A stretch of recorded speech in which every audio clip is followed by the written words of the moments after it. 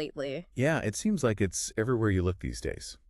Well, you sent me a ton of stuff to look at, and Yeah, there was a lot out there. I mean, it's everything. It's like financial reports, opinion pieces, Mm-hmm. and it's, everybody from like, I don't know, it seems like everybody has an opinion. Yeah.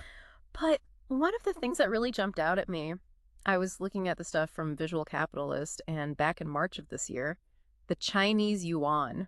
Oh, wow. It surpassed the US dollar for like, cross-border transactions in China, Yeah. which I was like, huh, okay, that's kind of a big deal. So let's, deep dive into this a little bit. Like, what's going on with, like, the shift away from the US dollar? Yeah. And, what could that mean for everybody? Well, I think, it's important to remember that the U.S. dollar hasn't always been Right. like top dog on the world stage, right? Yeah. It's actually a relatively recent phenomenon that its rise to power is, largely tied to the Bretton Woods Agreement after World War II. Yeah. So, Yeah, Bretton Woods, I was reading about that. Yeah. And it basically, like, established the US dollar as, like, the world's reserve currency, right? Yeah. Essentially, the agreement pegged other currencies to the U.S. dollar, which at the time was linked to gold.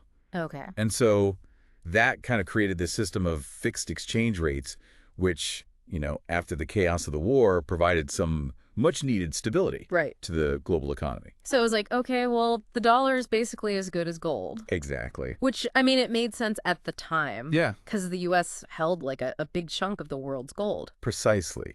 However, the system wasn't, like, sustainable in the long run, right? Right. So by the 1970s, the U.S. is facing economic pressures and, like, a dwindling gold supply, and decided to, like, ditch the gold standard, right? Wow. And allowed the dollar to, like, float freely on the market. Yeah, that must have been a big, like, Oh, yeah. shake-up. Oh, yeah, huge. But even without, like, the gold backing, it held on, right? It did, yeah. And, like, a big reason for that was because of this thing called petrodollars. Okay. So essentially this meant that oil, which is obviously, like, this globally traded commodity, Right. was priced and sold exclusively in U.S. dollars. Wow. So that, like, solidified the dollar's dominance in international trade and gave the U.S. significant economic and political leverage on the world stage. So anyone who needed oil also had to get dollars. Exactly. Okay, so that, like, further boosted global demand for Yeah. it. Interesting. And, that system has been in place for decades, but, Yeah. there are signs that things are beginning to change. Like what? Well, we talked about that statistic, like, Yeah. about the yuan Right. surpassing the dollar. Yeah. Well, that's just, like, one piece of the puzzle. Oh, there's more. Okay. Yeah. So one of the reports we have here from Goldman Sachs suggests that this shift is partly due to a growing willingness Okay. among foreign investors Yeah. to hold assets that are denominated in yuan. Interesting. And it's not just, limited to China. Okay. Like this year, both Brazil and Argentina agreed to allow trade settlements in yuan. Huh. So it's like they're starting to see it as, like, a viable alternative. Yeah. And, But what's driving that? Is it, like, just economics?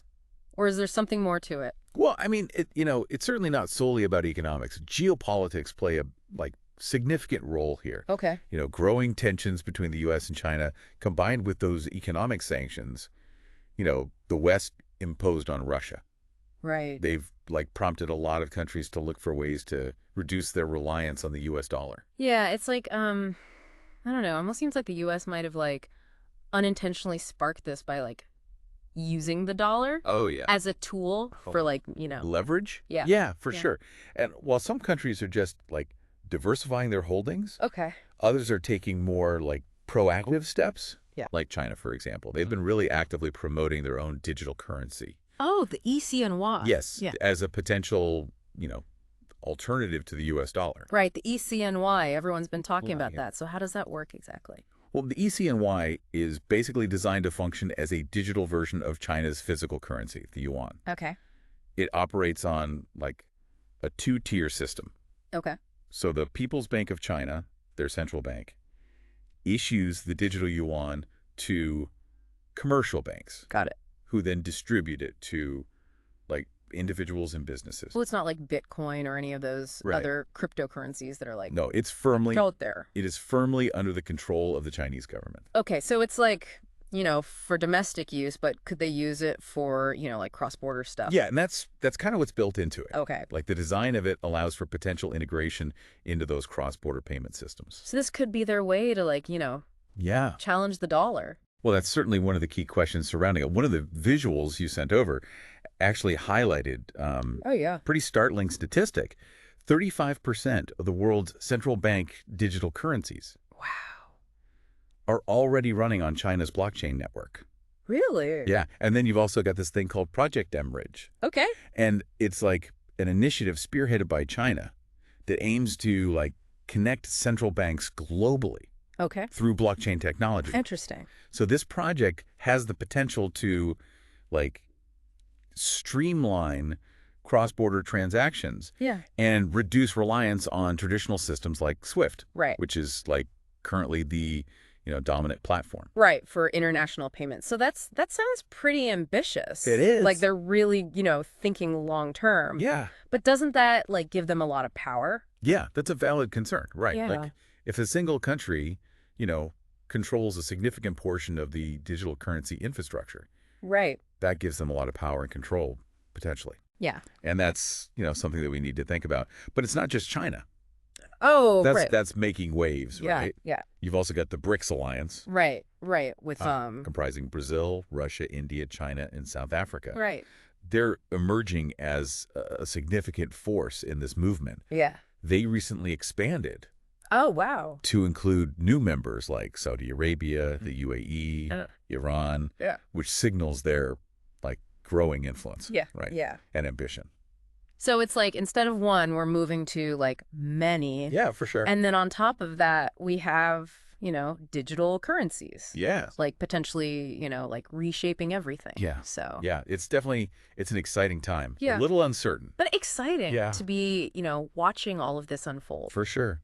And understanding these trends Yeah. and, their potential implications is crucial for anyone who wants to navigate the future of finance. Well, we've only just scratched the surface here. We've got a lot more to unpack. So let's take a quick break and we'll be back in a moment to delve deeper into, what could happen next with all of this. All right. So we've kind of set the stage here talking about, the dollar maybe not being as influential Right. as it was. And then, alternatives like the yuan and the ECNY coming up. So I guess what happens next? What are the potential, consequences of this whole shift? Well, that's the million-dollar question. And to be honest, no one really knows for sure. Right. But we can, look at the sources you've given and explore some potential scenarios based on those. And one of the things that keeps coming up is this idea of a multipolar currency system. Multipolar. So instead of just one, it's many. Yeah, exactly. Yeah. Imagine a world where international trade isn't solely dependent on the US dollar. Okay. Transactions could be conducted in a basket of currencies, maybe including the euro, the yuan, even potentially a new BRICS currency. Oh, wow. If that ever comes to fruition. So what would that do? To the global economy. Yeah. Well, some experts believe that a multipolar system could actually lead to greater stability. Okay.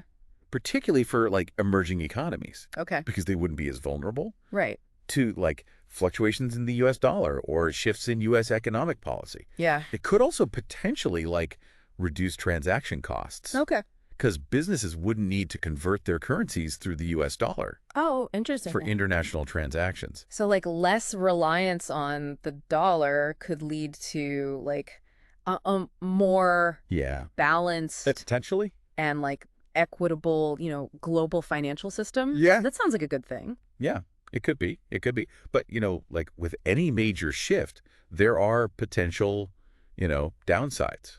Oh, of course. It could make things more complicated. Okay. And volatile. In what way? Well, you could see competing currency blocks, emerge. Right. Each with their own set of rules. Right. And regulations. Right. And this could create a lot of uncertainty for businesses and investors who would need to navigate that, more fragmented financial landscape. Yeah, because it's trying to think of a good analogy. It's if you're driving, right, and instead of having one set of traffic lights, now you've got multiple. Yeah, exactly. And they're all conflicting sometimes. Yeah, it would be a mess. Yeah.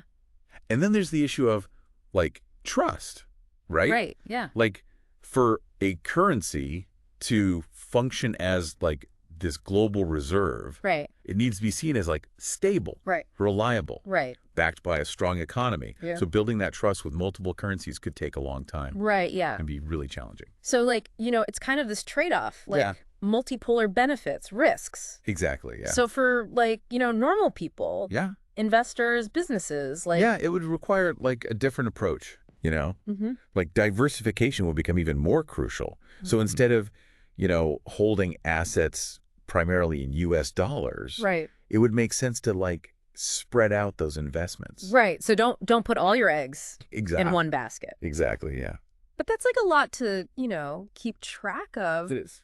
Like, how do people do that? Well, I mean, it certainly adds a layer of complexity, Yeah.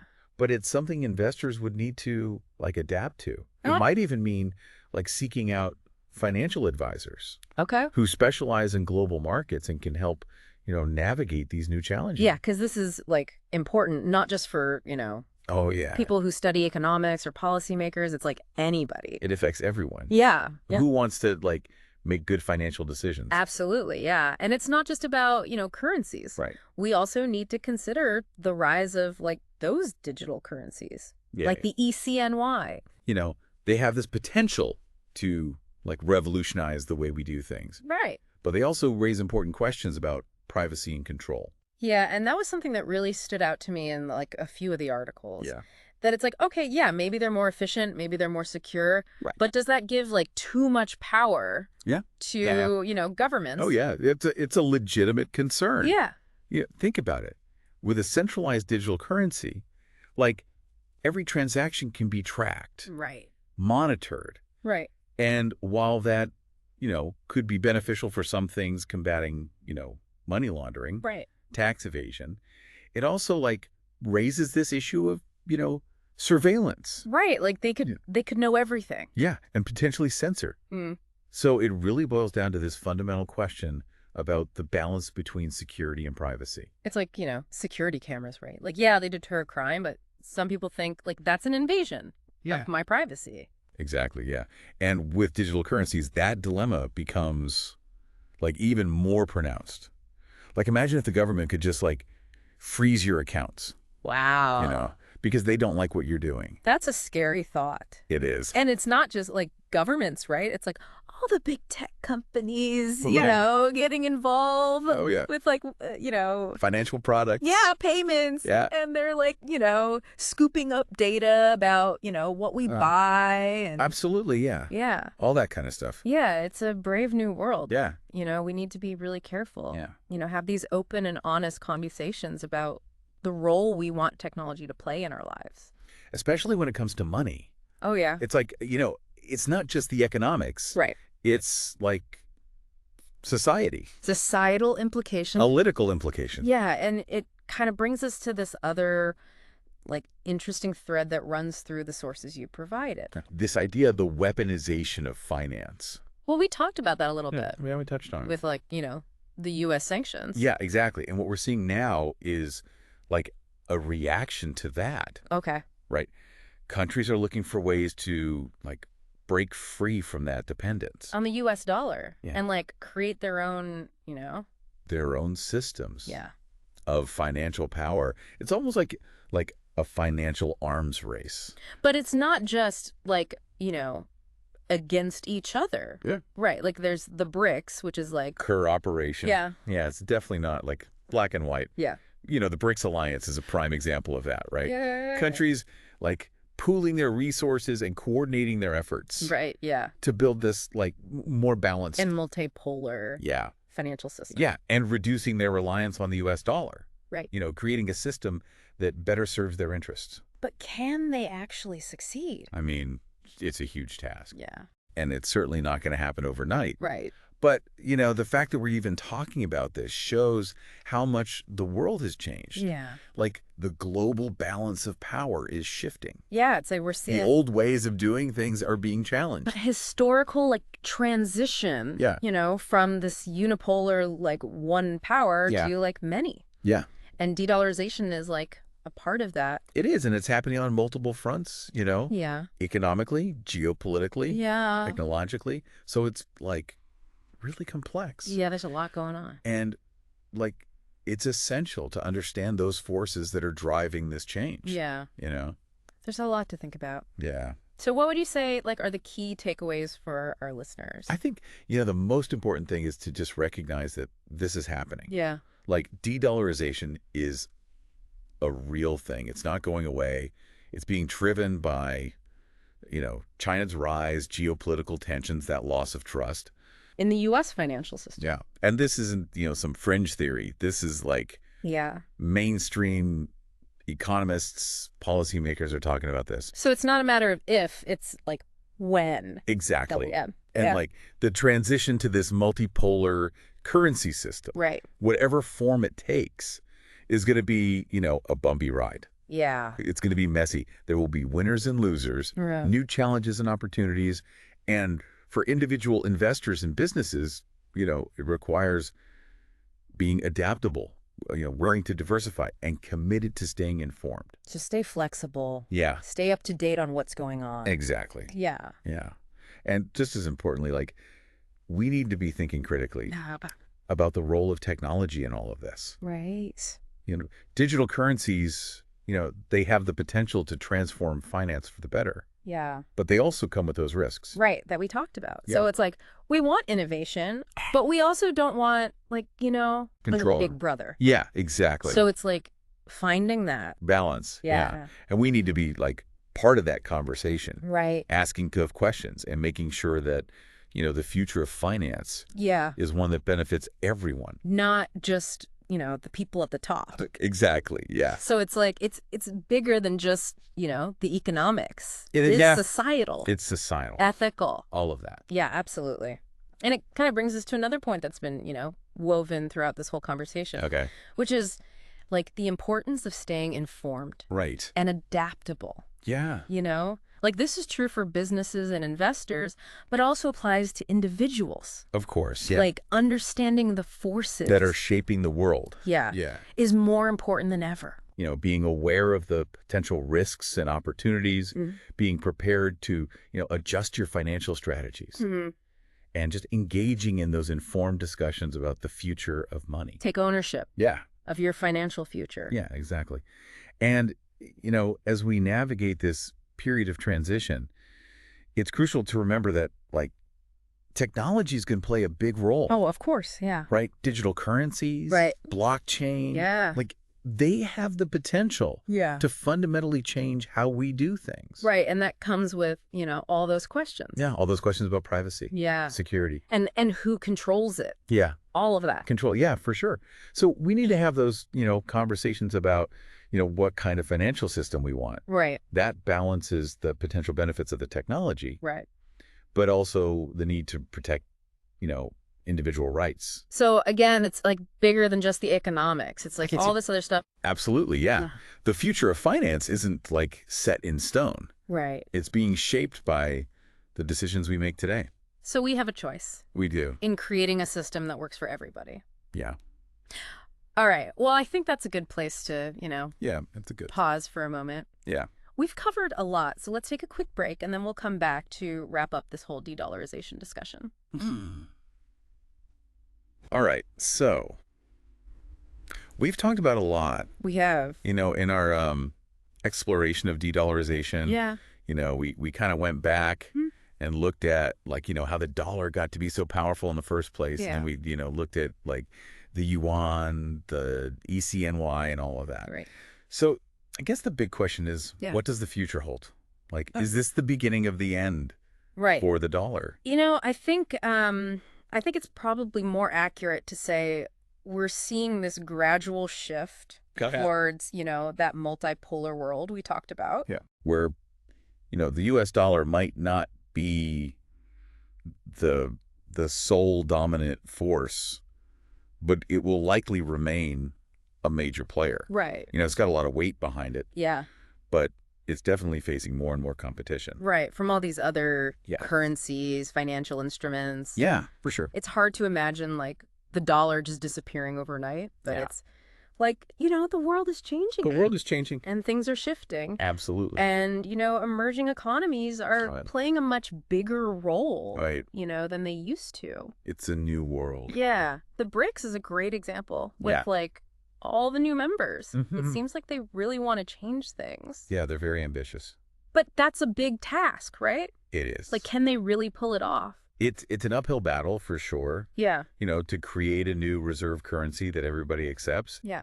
That's not easy. Yeah. It takes a lot of, trust, stability. Yep. Not to mention getting all these different economies on the same page. Right, because they don't always agree. Exactly. Yeah. So it's not just about, like, having a strong economy. Yeah. It's about, like, the politics. Yeah. And getting everyone to work together. It's a lot of pieces to make it work. And, like, even if they do pull it off. Right. I mean, does that really mean the dollar's done? Well, it doesn't necessarily mean the end. Okay. It's probably more likely that we'll see, like, this more fragmented system. Okay. With multiple currencies. Right. Multiple currency blocks, all kind of vying for dominance. So it's like instead of one global currency, it's like all these little, like, regional ones. Yeah, it could be. And that sounds like a headache. Well, it could be. Yeah, it's definitely more complex. For businesses, for investors. Yeah. Trying to, like, keep track of all the different rules. Yeah, it adds a whole new layer Yeah. of things to think about. But are there, like, any good things that could come out of this? Well, yeah. One potential upside is that this kind of system could actually lead to more resilience, Okay.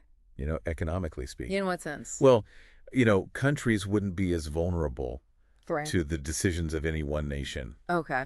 and that could create more stability, especially for, those emerging economies Yeah. that have always kind of been at the mercy of, what the dollar does. So, like, more diversification, less reliance on one single currency. Yeah. Makes the whole thing a little more stable. Potentially. Less chance of, like, everything just falling apart. Yeah, exactly. Something goes wrong. Exactly. That makes sense. And then I guess, like, for businesses, investors, like, this could be a chance to find new markets. It could new markets, diversify their portfolios. Yeah. It might even lead to some, cool new innovations. In, like, financial technology and stuff? Yeah, exactly. Because people are having to come up with new ways to, like, to do fake payments and all of that. So it's not all bad. It's not all doom and gloom. Yeah. There are two sides to this coin. Yeah, I mean, there are risks. Of course. But there's also, like, potential. A potential for positive change. Yeah. We're in this time of transition. Right. And, that always comes with uncertainty. Yeah. With risk, but also with the possibility for, progress. And innovation. Exactly. I think, like, one thing that we've kind of kept coming back to is this idea of staying informed. Informed and adaptable. Yeah, and that's not just for, Oh, it's for everybody. like, businesses and investors. Yeah, it's for individuals, too. Yeah. Understanding, like, how this all works. Yeah. It's more important now than ever. Yeah, it's like you've got to be aware of the risks. Yeah. The opportunities. Yeah. Be ready to, like, change your plans. Change your plan. If you need to. And just be, like, part of the conversation about, like, the future of money. It's your financial future. Yeah. So you need to be informed to make good decisions. Yeah, exactly. And technology is going to be a big part of that. Oh, absolutely. Like, we've talked about digital currencies, blockchain, all that. It's all going to play a role. And that's, that comes with its own set of, like, questions. Yeah, exactly. About, who has the power and Yeah. the privacy and all that. Yeah, it's a balancing act for sure. Yeah. We want the benefits. Right. But we don't want to, sacrifice our freedom. Yeah, exactly. So, we need to be talking about this. Yeah. Figuring out what kind of system we want. Right. One that works for everybody. Yeah. Not just a select few. It's bigger than just the money. It is.